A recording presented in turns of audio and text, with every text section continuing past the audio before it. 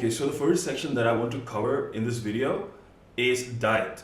And the reason why I'm putting this section above anything else is just to break your limiting beliefs regarding diet.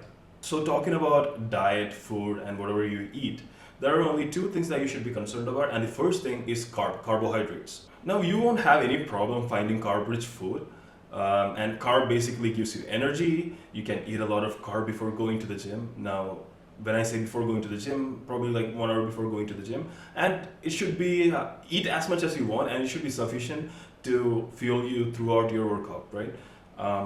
You can go on and eat rice, some vegetables, some fish, and maybe even some chicken with it. And also you can eat some carb when you're back from the gym because you'll be tired, and carb will help you regain some more energy. So that's about carb. It's easy. Carb gives you energy. Eat as much as you want, and the whole purpose of carb is to give you that energy to work out in the gym. That's it, nothing else. Now the second thing is protein. And don't listen to your mom, don't listen to your dad, don't listen to your grandparents, don't listen to the guy on Instagram. Listen to me. Just listen to me.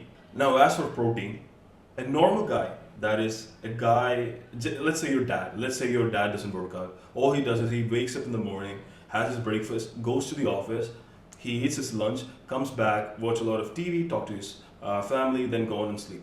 So that's a normal guy. And a normal person, just like your dad, or a guy that I just mentioned, should eat 1 times his body weight in grams.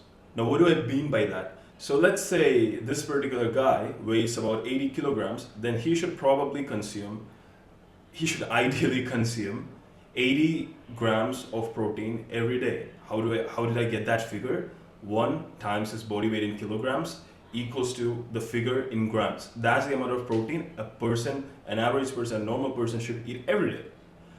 But do you think everyone, at least in India, consumes that much of protein in a single day, let alone the amount of protein that he should be consuming if he's going to the gym?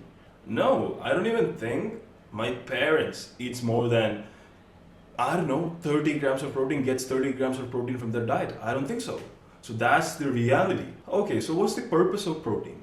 So protein basically helps in your muscle recovery.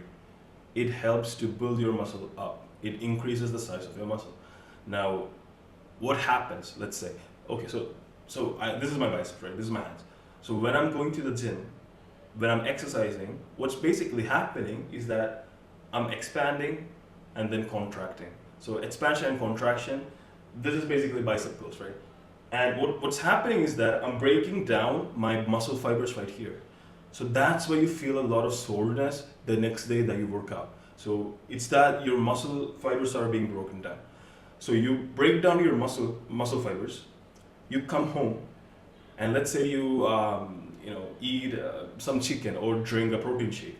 Now what happens is that if you're consuming whey is a fast digesting protein.